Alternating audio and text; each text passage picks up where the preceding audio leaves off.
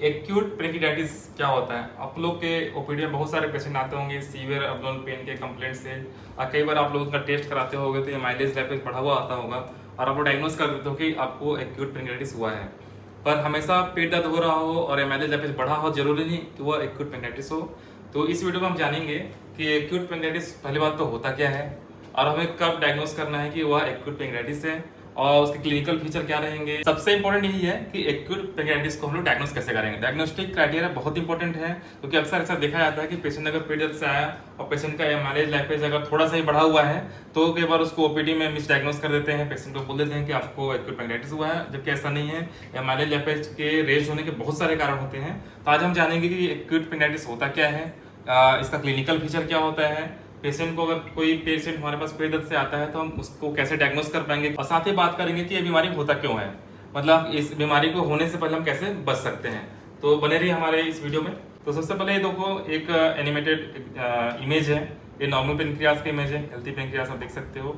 Patient का जो pancreas थोड़ा इन्फ्लाम्ड हो गया, इसको अपन बोल दे कि यह एक्यूट पेनक्रियाटिस का पेनक्रियास है। पेनक्रियास होता कहाँ पर है? देखो ये हमारा लीवर है, ये स्टमक है, इधर ड्यूडेनम है, पीछे पेनक्रियास जुड़ा हुआ है। ये बचपन से पढ़ते हुए आ रहे हो। पेनक्रियास का काम क्या होता है? देखो पेनक्रियास जो हमारा होता है ना 24 घंटे में लगभग 1.5 से 3 लीटर अपना फ्लूइड निकालता है, जो कि एल्कलाइन नेचर का होता है, पीएच मोर देन 8 होता है। इस फ्लूइड में लगभग 20 एंजाइम्स होते हैं जो हमारे जीआईटी में मतलब हमारे जो पेट में जो करना चाहिए खाने को डाइजेशन में हेल्प करते हैं। उसमें सबसे इंपॉर्टेंट जो एंजाइम होता है वो होता है एमाइलेज और लाइपेज। ये नॉर्मल पेनक्रियास है, इसके एनाटॉमी देख लो, ये हेड है, नेक है, बॉडी है, टेल है, मतलब यहाँ से ड्यूडेनम से के पास जुड़ा हुआ है। ठीक है, ये मैं आपको पहले बता चुका था कि ये नॉर्मल पेनक्रियास है। एक्यूट पेनक्रियाटिस में हमारा पेनक्रियास इस तरह से इन्फ्लाम हो जाता है।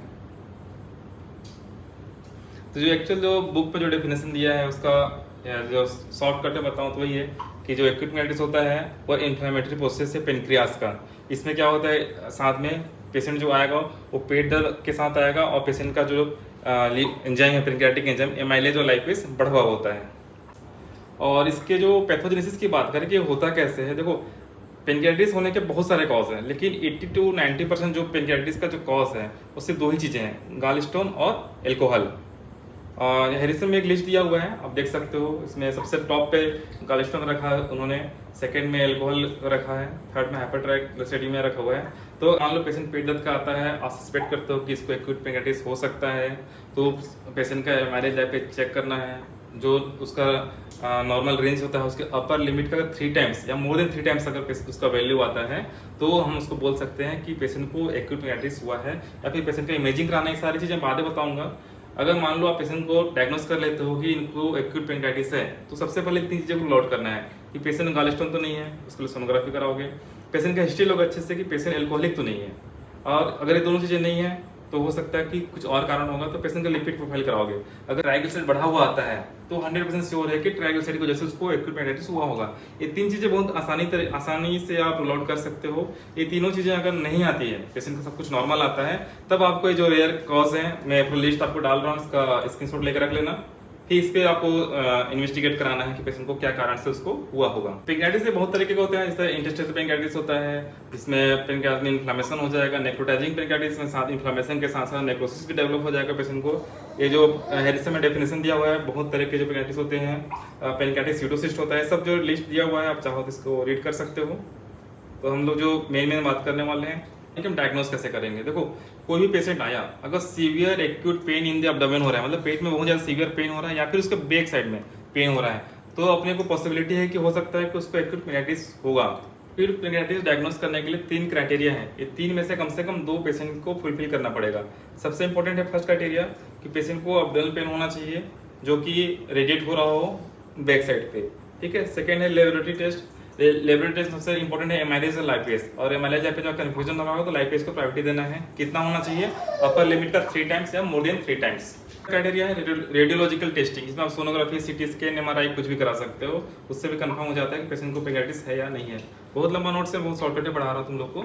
अभी तक मैंने आप लोग जो ही पढ़ाया उसको शॉर्ट में मैंने एक पोस्टर के फॉर्म बनाया हुआ है, उसको आप देख सकते हो। तो सबसे इंपॉर्टेंट है, पहले देखते हैं कॉज क्या है। तो गालस्टोन, एल्कोहल, ये दोनों मिलकर 80 to 90% करते हैं। थर्ड है हाइपरट्राइग्लिसरीमिया, बाकी जो मैंने लिस्ट दिया हुआ था उसमें है, हेरिसन आप देख सकते हो। फिर माइल्ड, मॉडरेट, सीवियर, 3 तरह के क्राइटेरिया हैं। अगर ये देख सकते हो, अगर ऑर्गन फेलियर नहीं है तो उसको बोलेंगे माइल्ड एक्यूट पेनक्रियाटिस है। अगर ट्रांजिट ऑर्गन फेलियर है लेस देन 48 आवर का तो उसको बोलेंगे मॉडरेट है। अब मोर देन 48 आवर हो गया तो उसको बोलेंगे सीवियर एक्यूट पेनक्रियाटिस है। अब इसके बाद हम ट्रीटमेंट की बात करेंगे। तो ट्रीटमेंट हम लोग नेक्स्ट वीडियो में अपलोड करेंगे, क्योंकि मैं चाहता हूँ कि ये सब डिस्कस करने के बाद आपके दिमाग में बहुत सारे क्वेश्चन होंगे, वो आप मुझसे कमेंट में पूछो। और अब जब ओपीडी में पेशेंट देखते हो या फिर आईसीयू में किसी एक्यूट पेनक्रियाटिस के पेशेंट को देखे होगे तो आपके अंदर जो भी डाउट्स होंगे, या फिर कई बार आपसे पेशेंट ठीक हो जाते हैं, कई बार हो सकता है आपने पेशेंट रेफर किया होगा कि आपसे ठीक नहीं हो पा रहे हैं, तो जो भी प्रॉब्लम हुआ होगा उस अकॉर्डिंग आप कमेंट कीजिए, या फिर आपके जो भी डाउट होंगे गाइडलाइन में कुछ समझ में नहीं आया तो आप मुझसे कमेंट कीजिए, फिर हम लोग उसके बारे में डिटेल वीडियो बनाएंगे और मैं आपके सारे डाउट्स क्लियर करने की कोशिश करूंगा। और आपको मेरा अगर वीडियो अच्छा लगता है तो please like, comment, share, subscribe करो। Thank you.